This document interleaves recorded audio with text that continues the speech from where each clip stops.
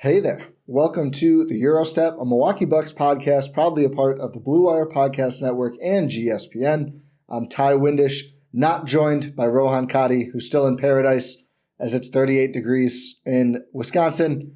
No, I'm not salty at all, but the reason I'm not salty is joined by a great guest here on today's show, Matt Moore, also known as @HP Basketball on Twitter.com, the worst place on earth. Matt, how's it going? Thank you so much for taking the time to join me to talk MVP today. I'm good, man. Thanks for having me. I always love talking MVP. Well, I usually love talking MVP. It's been rough lately, so I'm excited to have an actual conversation about it. Exactly. And that's what I want to do. I just feel like it's become, every debate is now we have to do historical precedents, everything that's gone into it. I feel like it's not even, was any of this, and I think for anyone who doesn't know, for any people who are blissfully not online enough to know, your, I guess, persona on NBA Twitter, I'd say award races you take very seriously in a good way. You do the research and you will debate with people or engage with people, a lot of people, not just, I think there's a lot of NBA Twitter personality media people where it's like blue check only and everything else is ignored because as we know, it's easier because there's so much toxicity and just bad faith actors and everything else. You will get into it with folks. And of course, magic numbers. I don't want to short you. The magic numbers king of the NBA. I saw the Bucks are one win from the play-in, so hopefully they can get that locked up against Orlando as we record early on Tuesday. But has there been any point in this race where it's felt like a real, like, oh yeah, this person's having the best MVP season? Or has it been kind of this, oh, we're so pissed Jokic might win all along, in your opinion? No, I think, it was an interesting discussion early on. I like Steph a lot in the early months. Yeah. And Joker honestly kind of cruised a little bit the first 2 months. He wasn't bad, but he wasn't as good first month and a half or so. And those actually count towards, I think, the MVP discussion. We had, there was a lot of good candidates that were flawed. There wasn't like one like, oh, obviously. Yeah. And then the Nuggets had a bunch of home games in December and January, and Joker started putting up numbers, and his overall averages started to climb because he would have a 30 or 40 point game, and then he would have a 15 assist game or 15 rebound game. And Giannis has been in the conversation like from the start. Like Giannis is going to be in the conversation every year from start to finish. Like that's who Giannis Antetokounmpo is. The same way that if Kevin Durant stays healthy, KD is going to be in that conversation. Right. The way that Steph Curry, if he's fully healthy, will be in that conversation. And, I think Luka Doncic is another name that has to be in there as well. And Joel Embiid continues to earn his way into that conversation too. And so you had a lot of these teams that, Boston was the early, talk of everyone. And so Jason Tatum was like, is Jason Tatum the MVP? And most of us that have done this for long enough were like, no, Jason Tatum's not the MVP. And we kind of knew that this would catch up. You can, if you really dig in, like it's a really fascinating race. It's a really great race. It's a really compelling case between three elite candidates, but people feel things about this one. They just really feel things. And I was surprised that honestly, like usually I've had really good interactions with Bucks fans, but for whatever reason, this is the one that they really feel things about for whatever reason. And so it's caused like whenever there's a lot of emotion, then things are going to get toxic because these emotions are not just positive, they're mostly negative about why this isn't fair. And so that's where the conversation starts to really wear on you and become counterproductive. The MVP race should be an opportunity to debate greatness, not try and shred apart whatever that it is that we've come to try and shred apart in the last couple of weeks. Yeah, it's actually disappointing because I really like Nikola Jokic. I love that every time, at every possible opportunity, he's like, I would rather be on a horse in Serbia, dude. I don't care about this at all. I think he likes basketball. I'm not saying he doesn't care about basketball, but I just love what he's about. And it is a shame that now, because of this, Sixers Twitter and Bucks Twitter have basically just become like Jokic hate machines. Not entirely, of course, but large swaths. And I think we'll get into, why this one in particular is so personal for Bucks people. But first, when you look at MVP from your, I'd say much better than anything I can do as mostly a Bucks watcher, your league-wide perspective, every MVP award in every league is a little weird because they define it that way on purpose, right? They don't say best player Because frankly, that would be boring, right? I mean, maybe in football, it would be more fun. In basketball, it's Michael Jordan for 10 years, LeBron for maybe 20 years, probably Giannis the last couple of years. It's different than best, though. It's most valuable. How do you quantify that? And I guess, has your approach at all changed over the last couple of years, or you kind of mainly have the same sort of criteria or the same idea that you look for when you pick your MVP? Yeah, when I started really diving into the MVP, I was telling this to my wife earlier. What happened was, when you cover the league on a daily basis and you do as granular as I do, and like I used to, blog at CBS, and we were covering all sorts of stuff, you have to kind of make a decision about whether or not you're going to care about certain things. And like, you can either, the MVP is one of those things you either need to care about intensely or not care at all. And you can make that decision, and that's totally fine. Completely understand people's decision. Just be like, it's a stupid award, I don't care. Totally fine. But if you're going to talk about it every day, for me, it's easier to do that through the prism of caring about it. So I decided to invest myself in the history of the award and look at like what really matters in terms of like how we've come to understand the game. And so like the key part of that, as always, I write these columns every year that are questions to ask yourself when deciding. And I'm getting ready to write this year's edition, which should be a blast. And so do you guys have commented action? I think we do. Are you able to turn them off? Yeah, might want to turn them off on this one. But the key question you have to ask is like, what's valuable, right? Because that's the word that they leave ambiguous for a reason. And so for me, I came down to, I was like, what do I really care about? Like, what do I think it really matters in basketball? It's not even what I care about, like what really matters in basketball. And to me, it came down to impact towards winning. The point of professional sports is to make money. The second point of professional sports is to win. And if you're going to do that, then what player actually, his play helped his team win the most, right? And I love that framing for me personally, because it gets away from, when I started to logically kind of interrogate these ideas, it was some of the things that came across me, and you'll see these arguments, and I argue pretty vehemently against them, is like, well, look at the surrounding cast. I'm like, no, you can't blame a guy for having good teammates. Like, that's not supposed to, like, that's not a thing against him. He doesn't decide the roster. And two, you should make your teammates look better. Like, everyone should look good because of how you play. This is a team sport. It's not an individual one, no matter how we talk about it. And so from there, you kind of seek out the metrics that you trust as far as telling you that.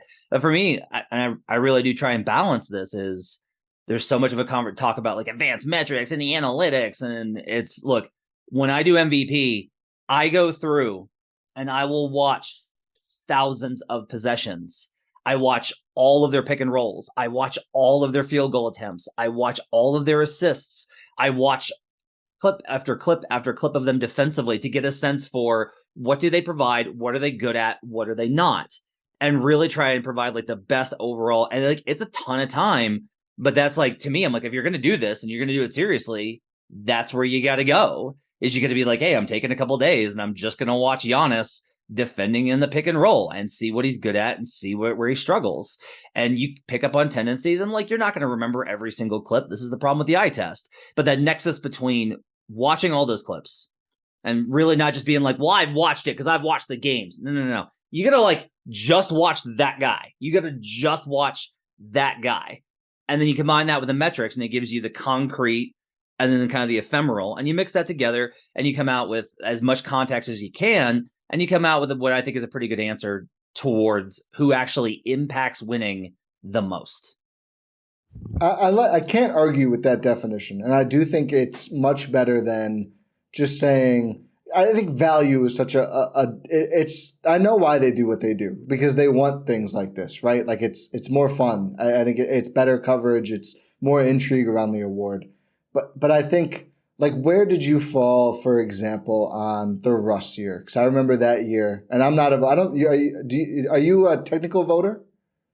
No, so since I went to Action, I don't have a vote. It's mostly based off of outlet, right? That makes sense. I had it for 1 year, and then I switched companies and lost my vote. The actual 1 year I had it was the Russ year. I was just going to ask about the Russ year. So yeah, I had a vote in what I think is the best MVP race I've ever seen, and so I voted Harden. That was who I voted for in that season. Kawhi. I was a Kawhi guy. Yeah. Yeah, Kawhi was superb that season. He was awesome. Like the top four: LeBron, Kawhi, Russ and Harden were all very deserving. And like, that's how it usually is usually there's multiple guys that are worthy of it. Like this year, Giannis, Embiid, and Jokic all are very much deserving of MVP. It's just parsing who's most deserving. In the Russ year, I looked at it and I was like, look, if you look at my best argument against Russ, and again, we talk about like not wanting to tear guys down, but I was like, look, I made the case. As part of my process, I write the cases for every serious candidate. Right. So I've written the case for Giannis 4 times now. I've written the case for Harden like 5. I've written the case for Jokic 3. And so one of the things with the Russ argument, though, on the negative side was like, look, what he does offensively, he is the entire engine. And he's underrated in terms of what he creates for others, but a lot of it is very rote passing. And ultimately, this offense isn't very good. So if we're going to sit here and say that, does Russ make his impact on defense? No, obviously not. He makes his impact on offense. Okay. How much of an impact does he make on offense? How good does he make the offense? And the answer was not very. And that was a big component of it was if Harden and Westbrook are both these uniquely amazing, incredible individual offensive engines, whose results actually bear out to a better performance? And the answer was, for me, Harden. Kawhi, for me, it came down to when I really analyzed his passing that season, he hadn't taken the leap that he did a couple of years later. A couple of years later, he really developed into a much better high-level passer. And that if he passed like that in that year, I might have voted for him. Also, he had started to transition to more of an offensive player, and there's always going to be a little bit of a drawback on defense, but perception of Kawhi was still like, oh, this is Kawhi, the best defender in the league. And I was like, he actually kind of struggles with bigger guys. Like Kawhi used to have a real problem with guys that had a lot of lower body strength. He couldn't move them as well. Now he's much stronger as he's gotten older. But that was like one of the small knocks. This is where you get to. You have to nitpick. You just have to kind of do it in a way that isn't tearing a guy down and saying like he's a joker, he's terrible. Like this is where this conversation gets to with Giannis having no bag. With Embiid being a foul merchant, with Jokic being empty stats and a horrible defender. Like none of these things are accurate. We can parse out criticisms to accurately try and determine who's the most deserving candidate without going too far. And that's where I think a lot of people struggle.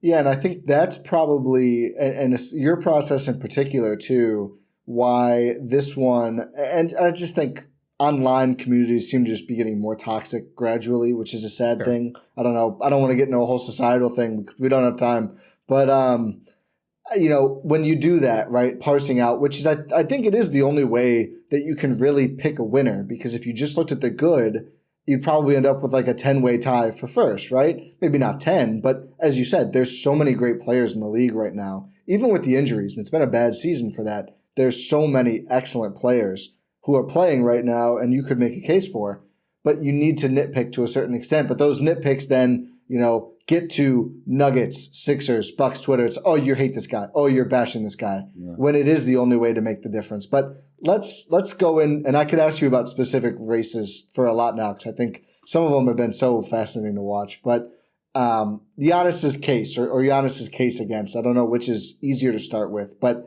I put down for both guys just kind of the Spark Notes version, and I would love your, I guess, extended take. And you obviously don't, the article's coming. Everyone should go read the article when it drops. I'm sure things will be updated and more will be in there. But the Giannis case. So the Giannis case is going to be very similar to what I've written about him before. Giannis is the most dominant player in the NBA. He is the most dominant. There is no way to stop him. You can slow him down, but you cannot stop him, and that's evidenced by just watching him play. He's a better passer, I think, than he gets credit for as a primary initiator in the offense. He is the one-man offense. Like, he is not the one-man offense. He is the key engine for the Milwaukee Bucks. This year, he's diversified his play set quite a bit, which is a good thing. Like, it's good that they're getting him involved in different capacities. So it's not just, 1-5, him running into 4 dudes. Like, it's good to get him running as a screener as well. Obviously, look, he is a elite level defender. He is a guy that it's hard to parse the impact of because no one challenges him. Because why would you ever want to go against him? What in any scenario makes you think, yeah, this is the guy I want to attack? So that makes it difficult to kind of analyze how good he is, because guys just simply don't try and test him. Yeah. And that does, factor in. You have to kind of keep an eye on that. He's an amazing help side defender. He is a key component in tandem with two other elite defensive players in the third best schedule adjusted defense in the NBA that has at times flirted with being was number one for several months of the season. He is the best player on the number one team in the NBA currently as far as record goes. And ultimately, his on-off differential is still superb. When he's on the floor, the Bucks are dominant, and they need him, and he gives them the best chance at winning the NBA title through his play that's demonstrated in the regular season. And those numbers in totality are what winds up leveling him up to the case for MVP. Yeah, I think from watching him, so focused, my perspective, right, the Bucks watcher perspective, the most dominant thing I think does stand out, and that's where you have to start. He's not really stoppable, and even when you stopped him, obviously he loses, right? He doesn't score every time, he doesn't win every game, but that's the aura of just like none of it matters. You can block me at the rim, and I'll fall down and just try again, and I think that's obviously why they won a championship. That's why they're so good. It all comes from him, like play style on both ends. I think mentality on both ends. One of the most drama-free teams in the league. That Serge Ibaka and Thon Maker requesting trades 4 years apart aside, they just carry on. They just keep going. Yeah. They lose in ugly fashion. It doesn't matter. They figure it out. They lose Chris Middleton for a playoffs, and they don't win it all, obviously. And then a lot of the next season, they still end up first in the NBA. But I know the Bucks offense in particular is something that both to Giannis's MVP case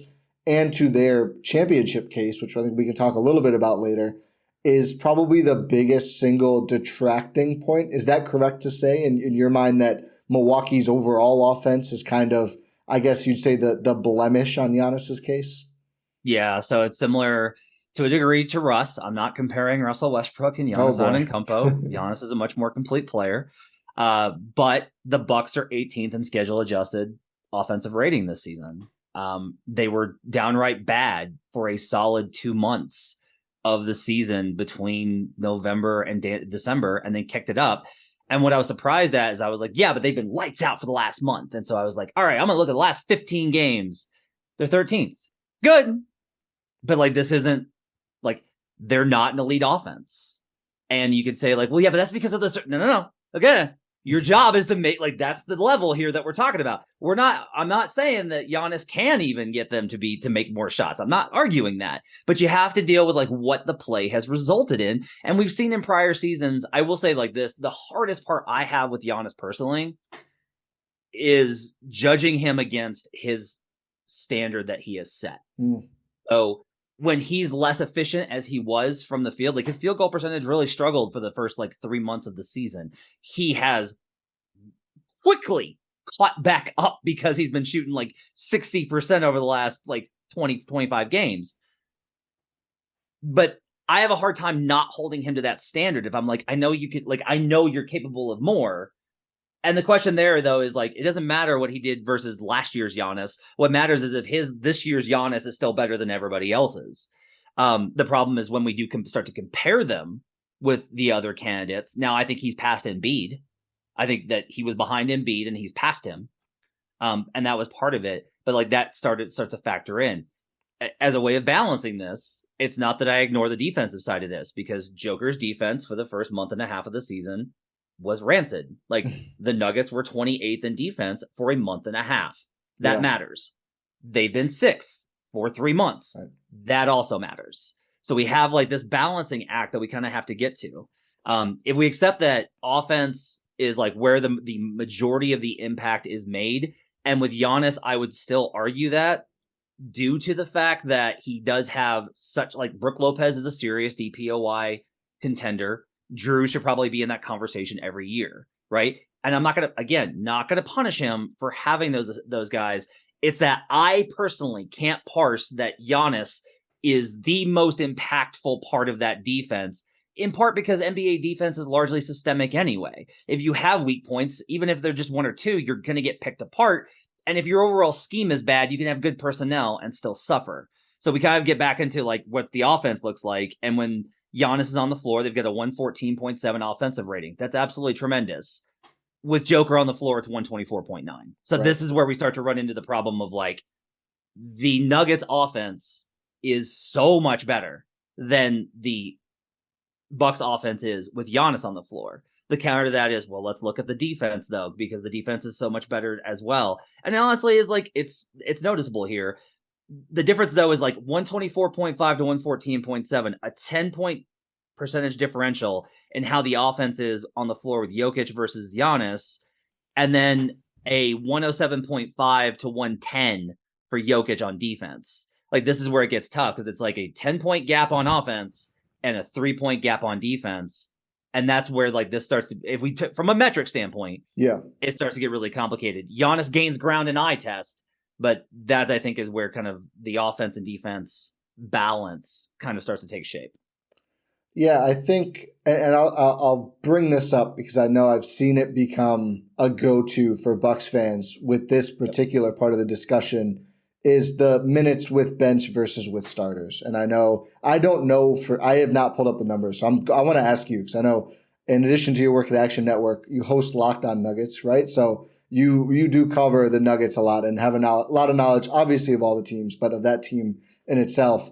Is it true that Jokic plays more with the other starters? And again, that's not – and I do think some of the reason that I kind of lost luster for this whole conversation and the Bucks offense and everything else is I agree with the people who are saying – and I've said this – we've had this conversation on Twitter of like because of Chris Middleton and everything else.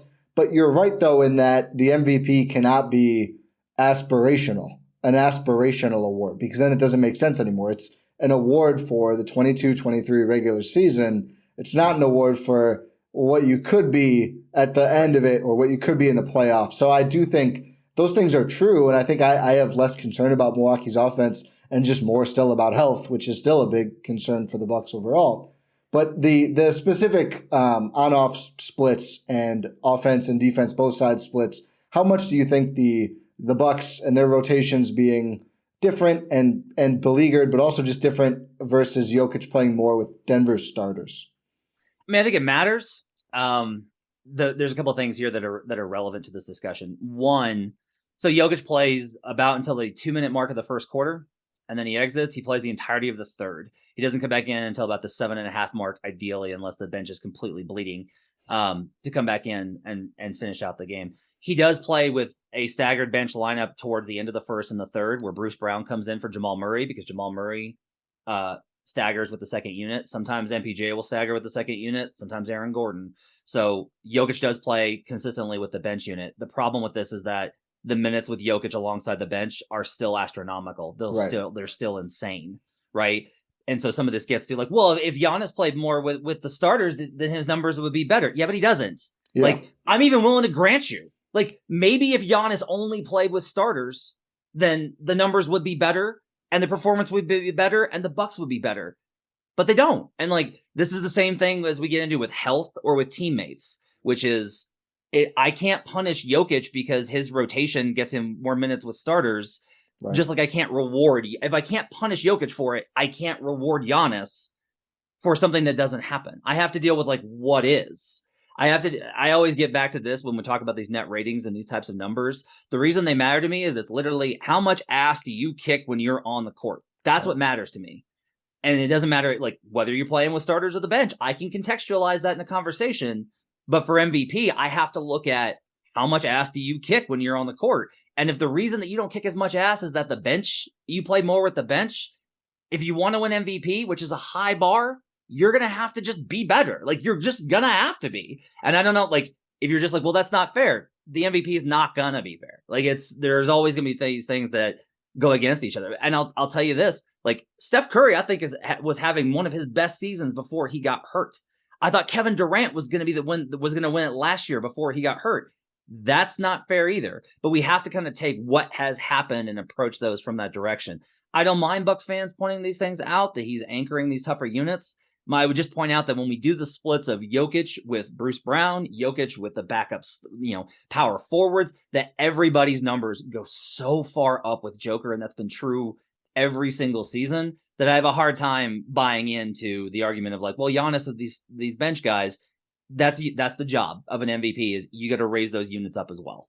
Right. So last thing on Giannis, then I want to dive into Joker's case too, before then talking about, I guess, where they're at now and how things could shift as we get toward the end of the season. I probably won't dive too much into Embiid, just, Bucks podcast. Joker's the main opposition. Great case, great two-way player. Just went into Milwaukee and beat the Bucks on Saturday.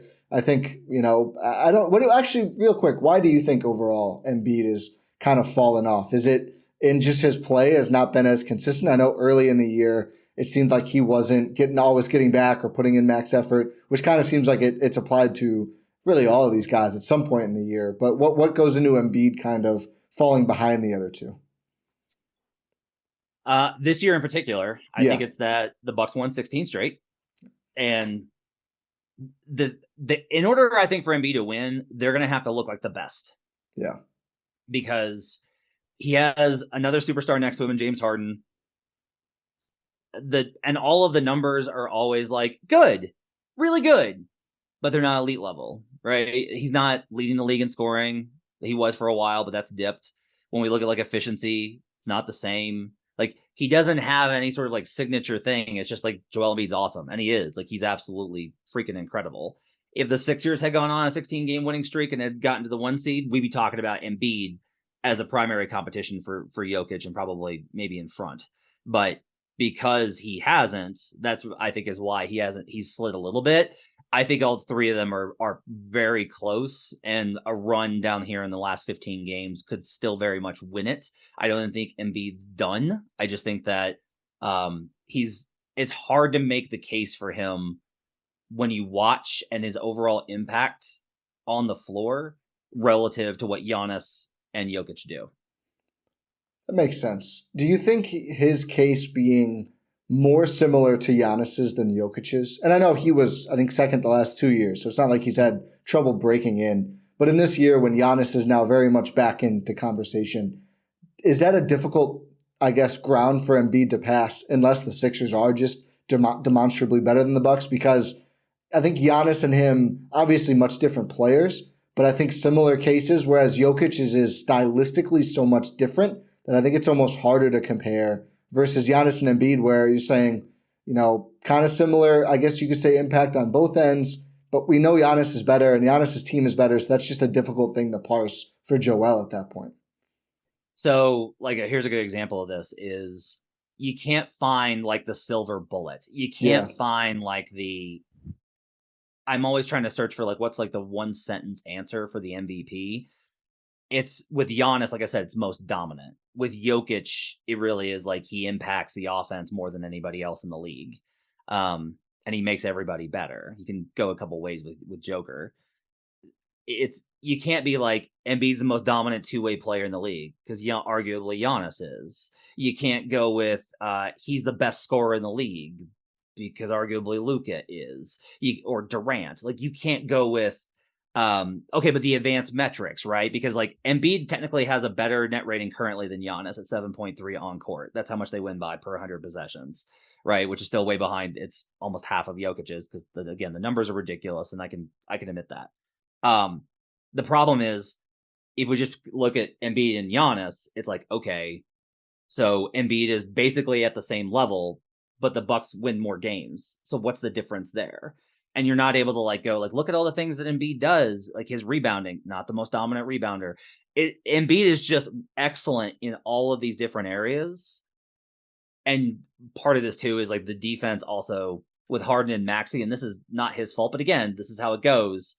With Harden and Maxey, the defense we've seen in the last couple of days like just falls off a cliff, right? It just absolutely plummets into an abyss. Like as an example, Joel Embiid has a 110.6 on-court defensive rating. Jokic is a 110.7. People that are upset with the analytics conversation are like, are you trying to tell me that Joker and Embiid are the same level of defender? I'm like, no, but I'm telling you that the overall impact is basically the same. That like the results are that the Sixers defense isn't demonstrably better than the Nuggets when Jokic is on the floor. I agree that Embiid's a way better defender. Absolutely. But the results don't bear it out. And so it doesn't matter how good you are in theory. Again, this is in practice. And I think that Embiid is a better one-on-one defender, but he's not making the team defense good enough. And then there's like also stuff I can get into about like Embiid's specific schematic limitations and some of his weaknesses. That's really nitpicking versus like with Jokic, I have like 100 things I can talk about where he's weak on defense. So all those kind of conversations factor in. So that to me is kind of how that plays out. So you mentioned like the silver bullet. I think to get back to Giannis quickly before we go over to Joker a bit more, although I think the case is easy for Joker. I mean, it's he's an offensive god, but Giannis' silver bullet, I think, comes down to, I guess you could even say a duel. I wonder which you would prioritize as more convincing. There's the most dominant, which I think is just out there and was all kind of, knock on wood, always going to be true for Giannis as long as he's healthy and in his prime. And also the narrative story, which I think people will roll their eyes, maybe rightfully. I mean, people roll their eyes at Russ. I think people kind of, was it Jokic's second MVP where he got the Nuggets to be so good as a playoff team without Murray and MPJ for a lot of the year. Similar-ish deal without Chris for a lot of the year, without Drew for a dozen games now, I think. The Bucks are the first seed in the NBA, and maybe they'll hold it, maybe they won't. I'm obviously digging into this a lot now, and the Orlando game without either Giannis or Drew will be big tonight.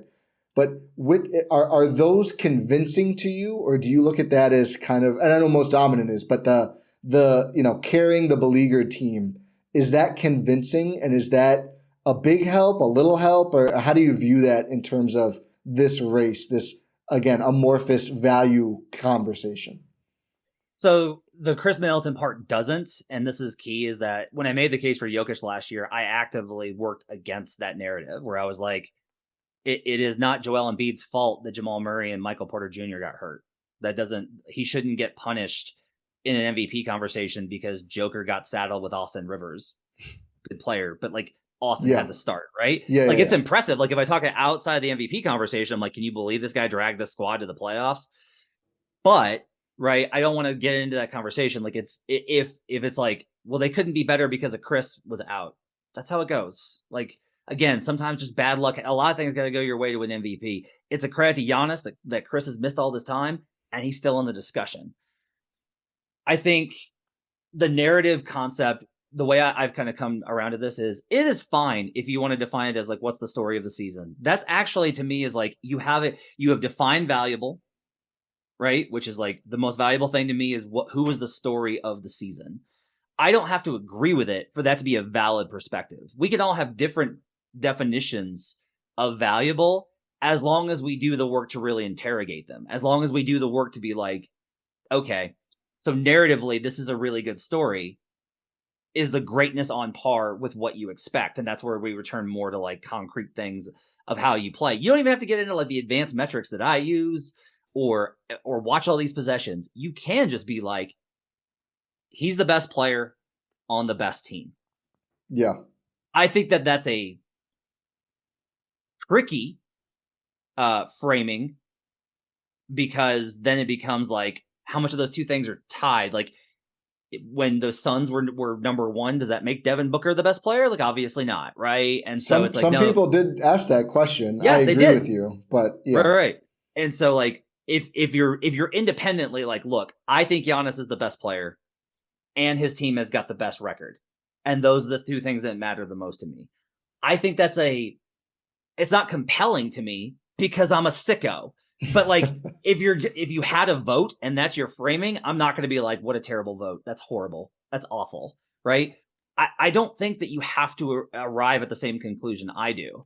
The important thing for me when I have these discussions is just, let's give these players their due of really going through it and doing the work to come out with the best answer that we can.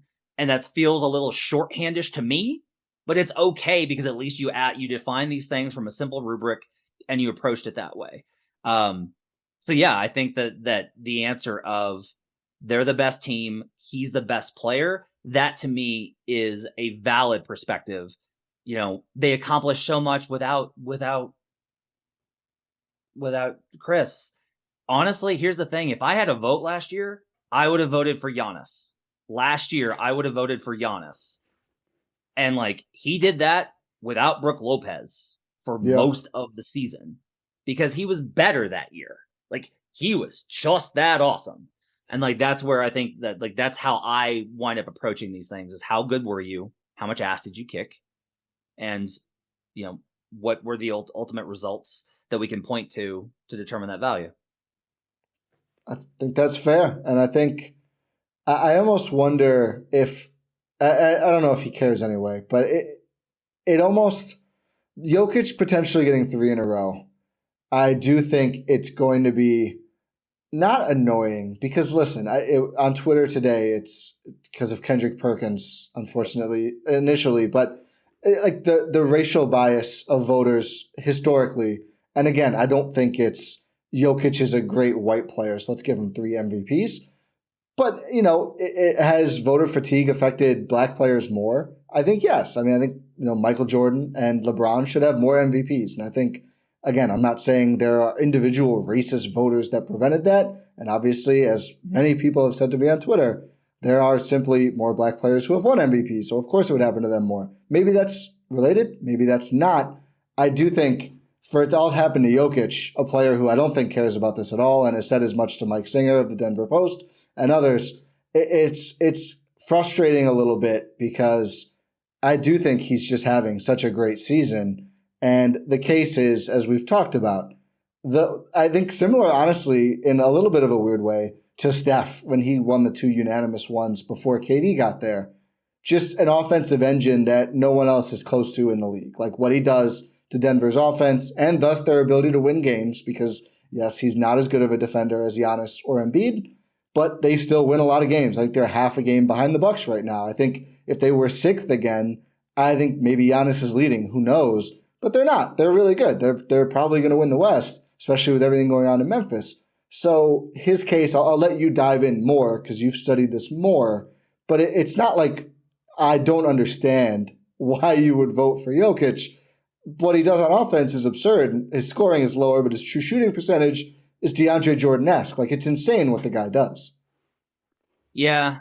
So a couple things to kind of start with here. Yeah, I think the biggest argument I've gotten from Bucks fans, and they're very passionate about this, is that Giannis was held to an unfair standard in 2021 because he hadn't won a title, and there were voters, Zach Lowe being one of them, and who on earth doesn't respect Zach Lowe as a basketball mind, Tim McMahon being another one that admitted that Giannis's playoff failures played a role in their perception of the MVP.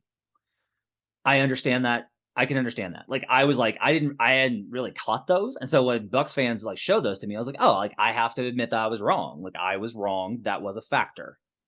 The problem I have is like the Bucks weren't great that year. Like they were integrating Drew and trying to get used to a whole new team with much less depth and trying to transition from being a team that did one thing awesome to being a team that could do different things so that it didn't get absolutely kicked out of the playoffs like it did versus the Heat and Raptors. And it was successful. They won the title. It was awesome. I love seeing the Bucks win the title. I'm a small market guy. It was incredible. That's where this starts to get, that's where I get defensive is when Bucks fans are like, you're just caping for Jokic. I'm like, guys, do you have any idea how hard I've argued for Giannis? Do you have any idea how much time I've spent arguing? Like when Harden fans were like, Harden deserves it. I was like, no, guys, like it's Giannis. This is really not close. Like 2020 was absolutely Giannis Antetokounmpo. 2021 was honestly Nikola Jokic. As far as what Joker does, like, look, the metrics are so good that people now just tune them out and they're like, I don't want to hear about your VORPs and schmarps. I'm tired of it, as if like those things don't matter. Where if you have a number that's in your favor, then all of a sudden it's like, ooh, I like that stat. It's like, okay, I'm just asking you, are numbers good or bad? Like have a position. It's fine. Just don't tell me that some numbers are good and some numbers are bad. Some of this gets into, look, the assist rate for Joker, and we have these absurd things like he's stat pads or the secondary assists was one I heard the other day, which is a phenomenal thing here. Joker's ability to read the floor and how he creates opportunities and leverages the defense every single play. I personally do not think any player in the NBA has more control over the game right now offensively than Nikola Jokic. The only players I think I've seen that have this level are like prime LeBron, prime Chris Paul. Like, that's how much of a floor general you have to be. Giannis doesn't have to control the game because Giannis will run right through you because he is a monster. Like, again, most dominant. But Giannis's game, though Giannis is a cerebral player and does adapt to things and figure out things, and you can see that in his game and the way that he attacks matchups and his footwork. But he doesn't manipulate defenses the way the Joker does. Again, doesn't have to. But Joker does what he does at such an absurdly high level that it really speaks to his MVP candidacy. The offense when he's on the floor is just beyond belief. It's absolutely ridiculous. Like, he has a 125 offensive rating. That's absurd. A 66% effective field goal percentage. For a guy that doesn't dunk a lot, that's pretty insane. And it's not like he's hitting open jumpers, right? It's not like Russell Westbrook, where it's like he just happens to come off of a pick and roll and be open. You can run inverted pick and roll with him as the ball handler. He has tremendous chemistry with Aaron Gordon in a high-low game. He has exceptional chemistry in a two-man game with Jamal Murray. Like, all of these things combine to where he is singularly, to me, he controls the game at a level that no one else does. And the results are that the Nuggets are the most potent offense in the NBA. The only reason they're not first in all of the offensive categories is because of the moments that Jokic is not on the floor, which that's the one area, like I said, I don't get into the on-off splits because I only care about what happens when you're on the court. I never make the argument, look how bad the Nuggets are without Joker. That's a bad argument to me. What, he has crappy teammates, so Giannis doesn't deserve to win because the Bucks put a better roster around him? Like, that's nonsense. But the minutes when Joker is on the floor, they are at such an absurdly elite level, and they beat opponents by more than anyone else does. That, to me, is his best case for MVP. Yeah, I think it's hard to argue, quite honestly. It really is. I would love Giannis to win the award, and I'm excited to talk about, I guess where it's at, because I know this is something, and I think part of the reason that online discourse sucks is people read more into what you say than is actually there. And you specifically, also everyone. This is the thing that frustrates me the most on Twitter. Just this like reading of context that is just nowhere included. Not at all what I was saying. And I think especially with someone who puts so much time into MVP, you can almost be seen as like the media monolith, right? Like, you gave it to Jokic 3 years in a row now, and you just said it. Wanted Giannis to win last year, but you, Matt Moore, you keep giving it to Jokic, damn it. But I think some of the issue is obviously the 3 in a row. And I think I can guess what your perspective on this is going to be. Let me try to. It would be a disservice to any individual race to put in the last 2 MVP. Am I on point in that? Or is it something that you think about? So here's what I think. I didn't expect this to be a conversation because I thought there was no way that Joker would put in the season. I was like, I argued vehemently against him being like a bettable candidate in preseason. I was like, there is no way that he's going to put up the numbers necessary. He's got Jamal Murray and MPJ coming back. Aaron Gordon's got to get touches. Like, there is zero chance that he's going to put up the necessary numbers. He'd have to do something like have a 66% effective field goal percentage to put up enough points. Whoops. Like, he'd have to have these games where he's scoring 40 when Jamal Murray has to sit. Whoops. And I did think that the voters would hold it against him. And I still think that there will be a resistance to him. I still think there is a baked-in resistance. This is what's been frustrating is, like, there's this idea that they're like, well, he got 75 out of 100 votes, so it's a runaway. No. The voters do not get together when Tim Bontemps does a straw poll and go, okay, you vote for him, and I'll vote for this guy, and we agree it should be 75%. No, everyone just voted like, I'd have Jokic first right now. Because they watch basketball. Like, that's just where they got to. The Bucks hadn't gone on a 16-game winning streak yet, right? So, like, I would imagine if you did the vote today, probably closer. I don't mind taking into the historical importance of the award. It's that if I keep coming back to this. To me, the award is a one-year thing. I've heard arguments otherwise, that they're like, no, it's like a multi-year. I'm like, no, it's literally the 2022-23 regular season MVP award. That's literally what we have. if you're going to base it, if like the idea is the performance, it should be based off of performance, I think, of like how you played basketball from October 18th through April 9th. If that's like, we agree that's the time frame, then I don't know how you can justify saying, well, I might have given it to this guy, but I can't have it be a 3-time winner. So that you're literally saying, I'm not going to give it to the most deserving person. And at that point, I think everything kind of crumbles and falls away. Now we're like trying to manipulate history. This is the same thing as when people say like, it's weird to have a 3-time MVP that hasn't won a title. Okay. So if you don't give it to him and then Joker were to win the title because Denver is really good. Okay. If that were to happen, now all of a sudden the vote that you made was wrong because you incorrectly predicted future events that would have occurred after you actually had to put in the vote. We get into this space-time continuum nonsense, which drives me insane as well. So like, for me with the 3-time thing, I think it is like, it's a relevant thing of history. I think Giannis could have been a 3-time winner. I think Steph could have been a 3-time winner. I think KD honestly could have been a 3-time winner if he hadn't gotten hurt the way that he did in 2015. There's all these ways, and it just didn't happen. It just so happened for Jokic. And if you want to make the argument that you think Giannis was better, even if you're just like, it's dead heat, like they are exactly tied in my mind. And in the absence of that, I will lean towards the historical precedent. Okay, if you need a tiebreaker, that's fine. But if you genuinely think the Joker is the more deserving candidate, I don't know how you vote for Giannis just out of that precedent. I'm okay if you vote for Giannis if you think he's better. But we have to start this with, who has been the most deserving candidate by your definition of valuable this season?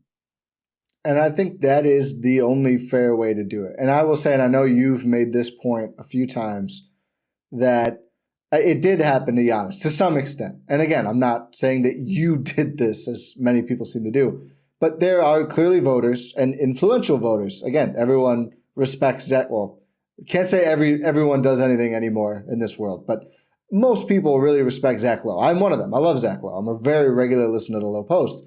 And that was held against Giannis. I also, though, I didn't think he had a great candidacy that year by Giannis standards either. Like, I remember that season going, this is very frustrating. And it is, it is ridiculous that would just be like the de facto position. Like, oh, he hasn't done it, so he can't win. Of course, he goes on to do it, and it would have looked fine in retrospect had he had the most deserving case.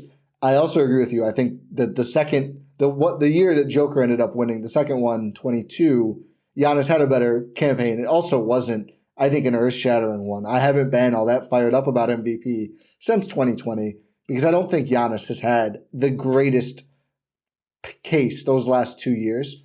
And to your point, which I meant to go back to, that I agree with, I don't think it should be held against Jokic because for the same reason that I'm saying here it shouldn't be held against Giannis, I do think it's wrong. And I do think it's wrong to put and again, I'm sure that to some extent there is implicit racial bias, as there is everywhere, to the MVP vote. And I'm sure that there was the 3-time thing went against Giannis, and I'm sure that all these other things have happened. It's probably good if we can take as much of the superfluous, not related to being the best basketball player, out of the award. It's good going forward. So if that's what it ends up being, I won't be mad if Nikola Jokic wins because that's what we should want. And just because, as you mentioned with analytics earlier, you shouldn't pick and choose and say like, well, it's okay to have bias when my favorite player wins the award. That's not good. We should just want the right guy to win, even if it's going to piss people off, which, I mean, that's life. And I think part of this is I really don't understand the idea of, I was really upset that this unfair standard was held against my guy, so we should apply the same unfair standard. No. What if Giannis wins the next two? What if he wins 24 and 25? And now, because you've been like, you have to punish Jokic the same, now we're back to this, where it's like, you can't give a guy 3. Is Giannis really that good? What if he only has 1 title then? We're going to give 3 to only a 1 title winner? Like, there are all these bizarre, strange extrapolations that everyone's got different kind of levels for, when it's just like, guys, like, we have 6 months of basketball. Let's look at the 6 months of basketball and decide who is most valuable. Even if you're just like, I'm not saying you got to even take like the numbers. That's fine. Again, just like I feel like Giannis is the best player. Sure. Okay. If you did that about like, I don't know, I'm trying to think of like a fringe kid. Like if you said that about John Morant, I'd be like, that's a little weird. Like, I don't know how you really believe that, but okay. Like the MVP, and so I agree with you. The racial bias stuff is like, wow, we're here. To me, there's a couple things here. Systemic racism exists across everything. It's embedded in our society. It is evident, and like you do not have to use the MVP debate to showcase this. Wage gap, affordable housing, health outcomes, police brutality, and murders. Like we have all these measures to show us how this is implicit, and that's not to say that it's not evident in this. Like there is a definite problem with a white majority media covering a black majority league. And that is always going to be a tension point. The voter block is, I think, I haven't checked the numbers on this, but anecdotally, it's probably the most diverse it's been. And that's a good thing. That's great. Yeah. That's awesome. That's how it should be. But at the same time, like, we can acknowledge that implicit bias and still interrogate the question honestly and still reach the same conclusion. It is not, systemic racism creates an implicit bias towards white players, and therefore Jokic cannot win MVP. That's where we start, like, that's where our logic starts to break down. Mostly for me, I just wind up being like, I don't feel like people that are Perkins, I don't feel like there's an effort here to be like, let's tackle systemic racism and use this as a conduit. What this is I don't want Jokic to win, so we're going to use this as like a reason. And it's like, if you want to talk about like the implicit bias in media and how that impacts things, or the inherent wrongness of majority white media impacting black bonuses when it comes to player performance in their contracts, 100%, and the media will happily meet you there, because God knows none of us are comfortable with that. Yep. Right. But using it as shorthand for Jokic shouldn't win, and then just finding this reason, that to me does a disservice, honestly, to like the greater conversation that we should probably be having about how systemic racism is a venom in our society. Yeah, couldn't agree more. And I think it's always unfortunate when a real serious problem is used almost as a prop in, not to belittle an MVP award, which is a big deal, but, to give out an award to the best basketballer of the year in any given year. I think it's a little... And again, not saying that there's a worthwhile conversation in NBA basketball, but as you mentioned, sometimes things are just pulled to really ridiculous lengths to just serve as specific narratives. Real quick, because we're going long, but I'm happy because this has been a tremendous conversation. I know you've said it shouldn't be viewed as far away, and especially this is now old data before the Bucks win streak, but 77-11 was Bontemps straw poll, Jokic, Giannis. Some people didn't have Giannis, I think like top 3 or top 5. That's a whole nother, there's some people are crazy. That's where we're at. How close is it? And do you think, is there anything specific you look at outside of just like, Giannis plays enough better over the last month of the year that could swing this? There's a head-to-head matchup. Who knows if we see both of them? We didn't in the last one, and it is a second night of a back-to-back for Milwaukee. And of course, the first seed in the NBA and both conferences is still up for grabs as well. So I had Jokic by a fair margin about a month ago, and Giannis has caught up to me because he's improved his efficiency. Like when he started dropping these 40 points on 60% like field goal percentage, that's Giannis to me, right? Is like a lot of this gets into the efficiency stuff. Is if Giannis isn't going to be this versatile playmaker, then he's going to have to be the hyper efficient player that he's been consistently throughout the last 3 seasons, right?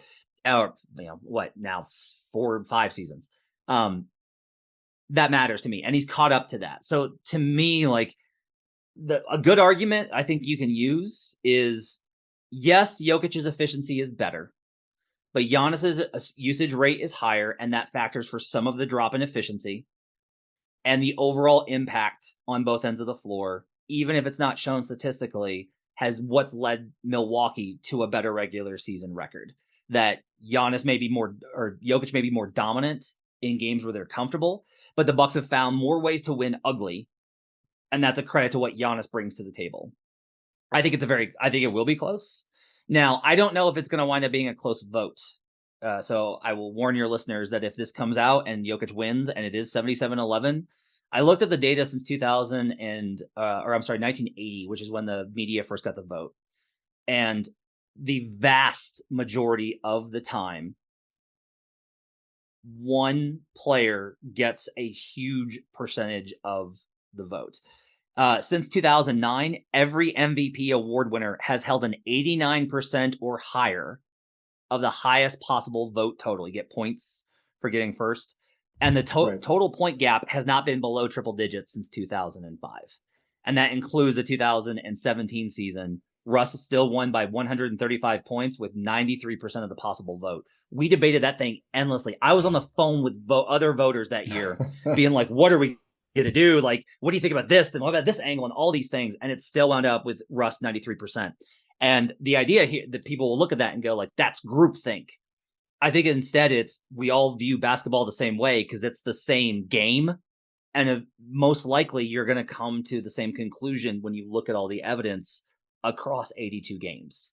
So I don't know if the vote will be disparate in first place votes, but I do think that there will be a lot of folks very much wrestling with Jokic versus Embiid versus Giannis, and especially Jokic versus Giannis, particularly if the Bucks finish with the number 1 seed. I thought there was a stat that Giannis had scored more points than minutes played since All-Star. I think the slower Washington ruined it. It's now 125 points to 134 minutes. Shout out to Damian Lillard, 242 points to 225 minutes.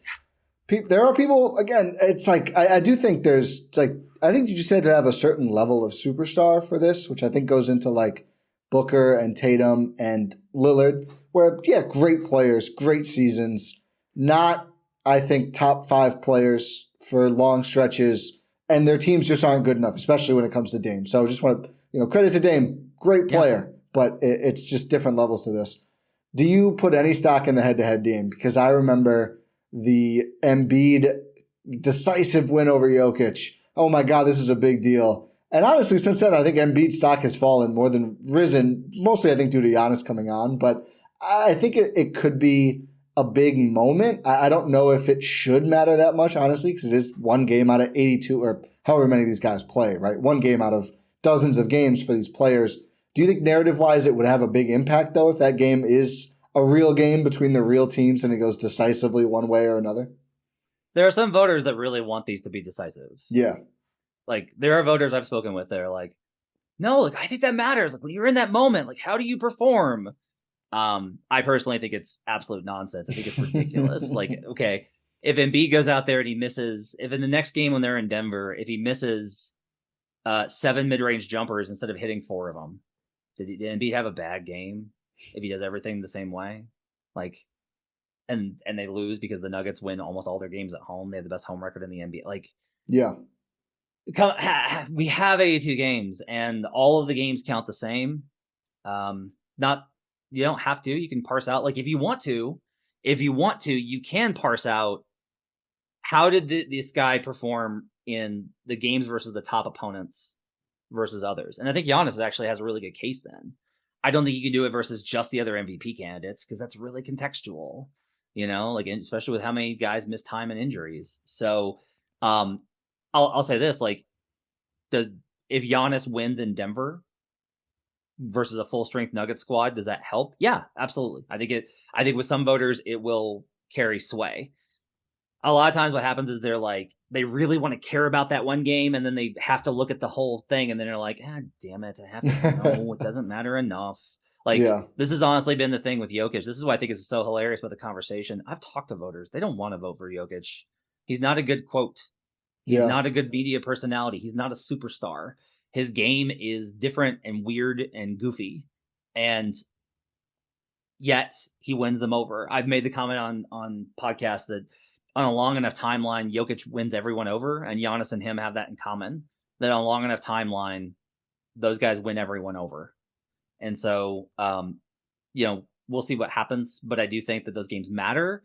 I don't know that they'll matter enough to decide it, but if it's close, it could be a swing vote. I wouldn't be surprised. It will be a factor in some voters' minds. It won't be a factor at all, I think, in the majority of voters. I mean, Giannis is the true stat pattern now. I guess failed stat pattern. They took it away. I can't. That had to have been on the debate shows. They went after him for the stupid Hassan Minhaj Kevin Durant written joke thing. I just don't care at all. I thought it was right that they took the rebound away. It was all stupid. Very dumb, the things that we care about. Real quick, because again, we're going over, and I really appreciate your time. What are your thoughts on the Bucks overall heading into the playoffs? Obviously, that's what the team and Giannis, just same for Jokic and the Nuggets, right? That's what the real concern is here is getting through the playoffs, winning the NBA championship. Their offense clearly concerning. We've talked, on Twitter and here about, if they get healthier, we would expect that to be better. And they've won ugly playoff series before. But where are you at on their chances of, getting past Boston, getting some revenge for last year mayhaps, and winning another one? Every year, I think the Bucks should win. Every year, I think the Bucks should win. Giannis is the most dominant player. Drew's incredible. Bud's a great coach. Brooks amazing. I've done this enough to where I'm always going to be like, are they going to make the shots? I think you're more scarred than Bucks fans on the shooting. I am. I think we just embrace it. No idea now. how much money I've lost on the Milwaukee Bucks because they won't hit open jumpers. Yeah, man. Like this is the whole thing is like when it's Boston game 6. Okay, if you're on the road, let's say you're on the road for game 6, you hold on to the 1 seed. It's game 6. You got a chance to close it out, or you're down 2-3 either way. And it's that late third quarter, early fourth, and you're getting these open looks. Are the Bucks going to knock them down? That to me is like what this comes down to. If we talk about overall quality of roster, quality of play, I do wonder if this is going to be like conceived of as like the last run for this core with a lot of the things that they're facing in free agency and the way the roster is constructed. But they have championship pedigree. They know what it takes to get there. Giannis is amazing. He's ready for the moment. He put 50 up in a freaking NBA Finals deciding game. Like, he's insane, right? Like, I love Giannis. I love Giannis so much. They got to make the shots. And so I'm always going to be a little cautious with them because I watched 2019 and 2020 and 2022 when they had these opportunities and they couldn't get it done. And I believe firmly that if Chris plays last year, they beat that Celtics team. The problem is I don't know if that, like, I can't just look at last year and go, like, it's the same matchup because, like, the Celtics got Brogdon and the Bucks got Joe Ingles and Jay. It's different now, and we're just going to have to wait and see how that shakes out. I worry about any scenario where the two teams are very evenly matched and it comes down to make or miss. That's where I start to worry about the Milwaukee Bucks. And so I'm always like, I think they should be the favorites instead of the Celtics. I think they are the best team in the NBA from a playoff perspective. But I'm always going to be worried about them making the shots that they need to make when they need to make them. And I think one last thing that I just found interesting was your thought on, was it Philly and Boston? And Boston's tied into 2 and Philly getting them earlier. Do you think Philly would rather see Milwaukee? Yes. This is not about who's better. Is it the smaller teams kind of getting into Embiid and just making it harder? Or? I don't have the number on right now, but Embiid's record is god awful versus Horford. I don't have any way to explain it. Like, he just can't beat the Celtics with Horford. Just can't. Yeah. Part of this is because Embiid still, to this day, struggles with double teams. Yeah. It really he's better, but he's still right. He's still really. And Boston, I think, is the best doubling team because of how their defense is schemed and their awareness of how to switch off and like the switching stuff being so by feel. Like, they don't need to communicate to call out the switch; they just know to do it. And so when a guy goes to double, they also recognize that and naturally rotate over or go into a hybrid zone. Yeah. And that really helps with bringing that weak side pressure to disrupt Joel with surprise doubles and things like that. The Bucks are so physical.